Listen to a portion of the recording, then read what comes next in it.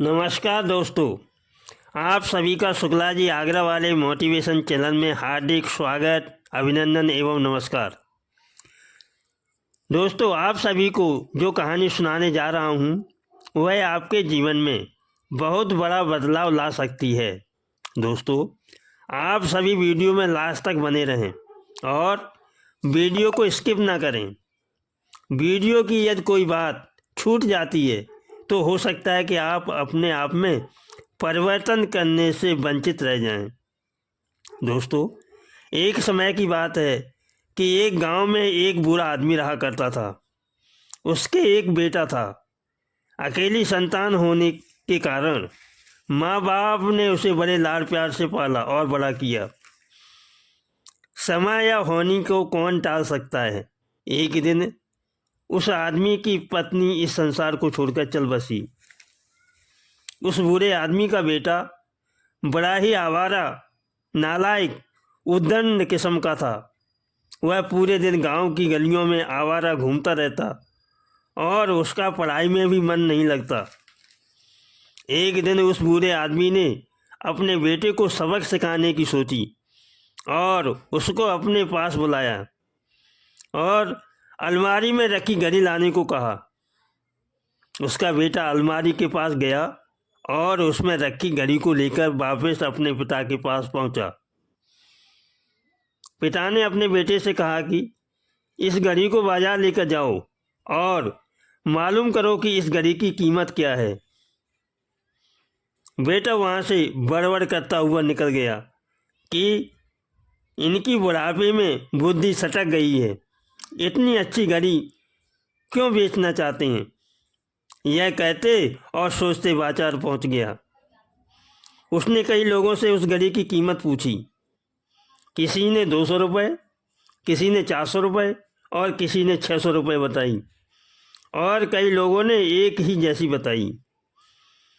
शाम को वह लड़का घर लौट आया और अपने पिता से कहा, इसकी कीमत कोई 200 रुपये, कोई 400 रुपये, कोई 600 रुपये बता रहा है। पिता ने कहा, इसे अलमीरा में रख दो। और दोनों रात को खाना खाकर सो गए। दूसरे दिन वह लड़का गांव की गलियों में जाता।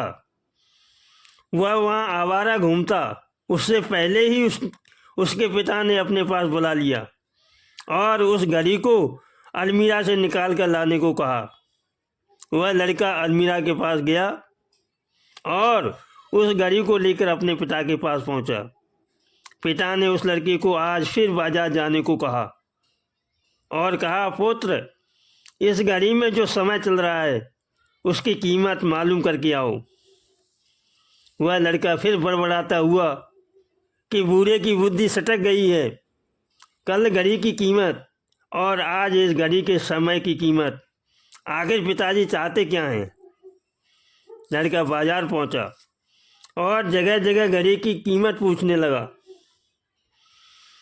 लोग बोलते कि यह लड़का मंदबुद्ध है या पागल हो गया है।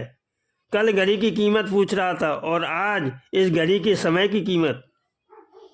लोग उसे दुत्कार देते और वहां से भगा देते। इस प्रकार वह बाजार में दुकान दुकान घूमता रहा, लेकिन कोई उसकी कीमत न बताता। वह लड़का थका हारा घर लौटने की सोच रहा था कि अचानक एक बूढ़े दुकानदार ने उसे अपने पास बुलाया और कहा कि बेटा, आप क्या जानना चाहते हो। वैसे तो मेरे पास इतना समय नहीं है, फिर भी तुम्हारी जिज्ञासा पूरी करूँगा।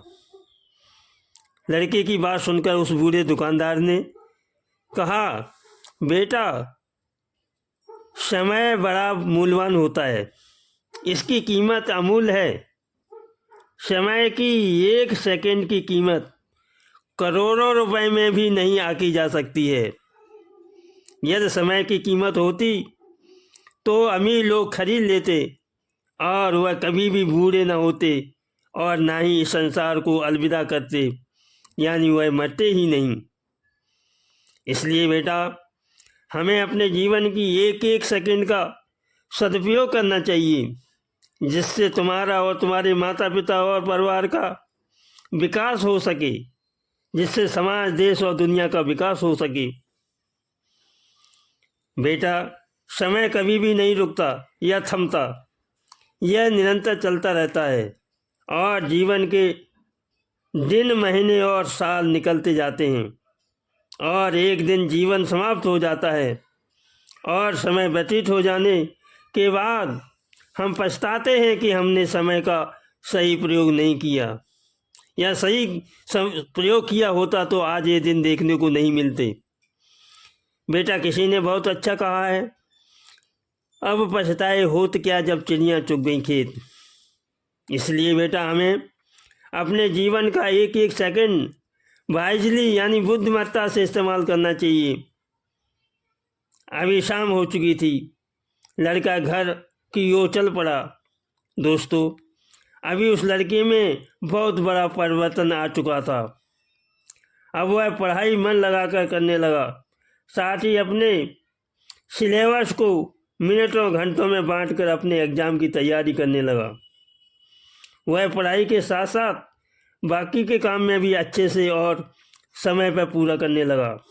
दोस्तों, इस कहानी का सारांश यह है कि हम समय को खरीद नहीं सकते हैं, लेकिन उसका पूरी तरह इस्तेमाल कर सकते हैं। समय को स्टोर नहीं कर सकते, लेकिन स्पेंड कर सकते हैं। समय को रोक या थाम नहीं सकते, लेकिन समय के साथ चल तो सकते हैं। समय परिवर्तन के साथ अपने में परिवर्तन ला सकते हैं। जिनमें 24 घंटे होते हैं, हमें हर घंटे, हर मिनट, हर सेकंड को वाइजली इस्तेमाल करना चाहिए। दोस्तों, यह कहानी कैसी लगी और मेरी यह छोटा सा प्रयास कैसा लगा, कमेंट में अवश्य लिखना। साथ ही अपने फ्रेंड्स, फैमिली और रिलेटिव्स और पड़ोसियों में शेयर कर देना, जिससे वे भी यह वीडियो देख व सुनकर अपने आप में भी परिवर्तन ला सकें। दोस्तों, फिर मिलते हैं इसी तरह के मोटिवेशनल वीडियो के साथ। तब तक आप अपना और अपनों का ख्याल रखें।